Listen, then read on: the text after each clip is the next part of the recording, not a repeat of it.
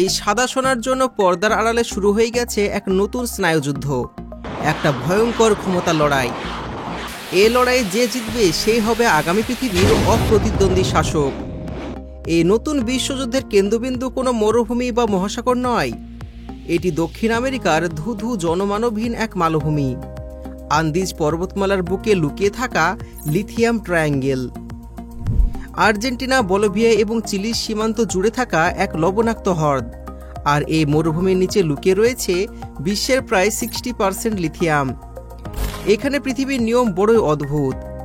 হাজার হাজার বছর ধরে শুকিয়ে যাওয়া হ্রদের নিচে তৈরি হয়ে গেছে লবণের একটা বিশাল আস্তরণ, আর সেই লবণের নিচে থাকা পানির প্রতিটি ফোঁটায় মিশে রয়েছে এক মহামূল্যবান খনিজ। এই জায়গাটিকে দেখে মনে হবে যেন পৃথিবীর বাইরের কোনো গ্রহ, কিন্তু এই ভিন্ন গ্রহের মতন দেখতে জায়গাটাই এখন বিশ্বের সবথেকে ক্ষমতাধর দেশগুলোর মূল আকর্ষণ। এই খেলার সর্বোচ্চ চালক এবং আগ্রাসী খেলোয়াড় হলো চীন।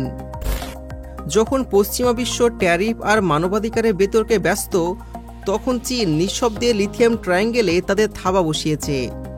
তারা সরাসরি সামরিক আগ্রাসন চালাচ্ছে না, তাদের অস্ত্র হলো টাকা, বিলিয়ন বিলিয়ন ডলারের ইনভেস্টমেন্ট। চীনের রাষ্ট্রীয় কোম্পানিগুলো এই অঞ্চলের ছোট বড় সমস্ত লিথিয়াম খনি কিনে নিচ্ছে। তারা সাধারণ সরকারকে দিচ্ছে সহজ শর্তে বিশাল অঙ্কের ঋণ। বলিভিয়ার মতন দেশ যারা একসময় বিদেশি শক্তির বিরুদ্ধে সোচ্চার ছিল, তারাও এখন চীনের ঋণের জালে আটকে পড়েছে। চীন রাস্তা তৈরি করে দিচ্ছে, বন্দর বানাচ্ছে, কিন্তু বিনিময়ে নিয়ে যাচ্ছে এই সাদা সোনার একছত্র নিয়ন্ত্রণ। এটা কোনো সাধারণ বাণিজ্য নয়, একটা নীরব দখলদারিত্ব। চীন ভালো করেই জানে যে দেশ লিথিয়াম সাপ্লাইয়ের চেন নিয়ন্ত্রণ করবে, সেই দেশই বিশ্বের সবুজ শক্তি এবং প্রযুক্তি শিল্পকে নিয়ন্ত্রণ করবে। তারা চাইলে এক মুহূর্তে টেসলা, অ্যাপেল বা স্যামসাংয়ের মতন কোম্পানিগুলোকে অচল করে দিতে পারে।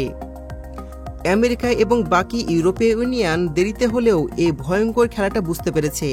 তাদের ঘুম ভেঙেছে। তারা দেখছে তাদের সবচাইতে বড় শত্রু চীন নীরবে তাদের ভবিষ্যৎ প্রযুক্তির জ্বালানির লাগাম কেড়ে নিচ্ছে, আর এখন তারা মরিয়া হয়ে পাল্টা চাল দেওয়ার চেষ্টা করছে। পশ্চিমা গোয়েন্দা সংস্থাগুলো এই অঞ্চলে সক্রিয় হয়ে উঠেছে। তারা চেষ্টা করছে স্থানীয় আদিবাসী গোষ্ঠীগুলোকে চীনের বিরুদ্ধে উস্কে দিতে, যারা খনি খননের কারণে পরিবেশগত ধ্বংসের শিকার হচ্ছে। পর্দার আড়ালে চলছে রাজনৈতিক ষড়যন্ত্র, সরকার পতনের গুঞ্জন এবং অর্থনৈতিক চাপ সৃষ্টির খেলা। বলিভিয়ার সাম্প্রতিক রাজনৈতিক অস্থিরতার পেছনেও অনেক পশ্চিমা শক্তির হাত দেখতে পাওয়া যায়। এটি এখন আর শুধুমাত্র অর্থনৈতিক প্রতিযোগিতা নয়, এটি একটি ছায়াযুদ্ধ, যেখানে এক পক্ষে আছে চীনের বিলিয়ন বিলিয়ন ডলার এবং অন্যদিকে রয়েছে আমেরিকা, সিআইএ এবং তাদের বন্ধুরা। এই ট্রায়াঙ্গেলের প্রতিটা খনি এখন একটি যুদ্ধক্ষেত্র। এই ক্ষমতা লড়াইয়ের মাঝখানে পিষে যাচ্ছে লিথিয়াম ট্রায়াঙ্গেলে বসবাস করে সাধারণ মানুষ এবং সেখানকার ভঙ্গুর পরিবেশ। 1 টন লিথিয়াম নিষ্কাশনের জন্য প্রয়োজন হয় প্রায় 5 লক্ষ গ্যালন পরিশুদ্ধ পানি। এই মরুভূমি অঞ্চলের পানি সোনার চাইতেও দামি।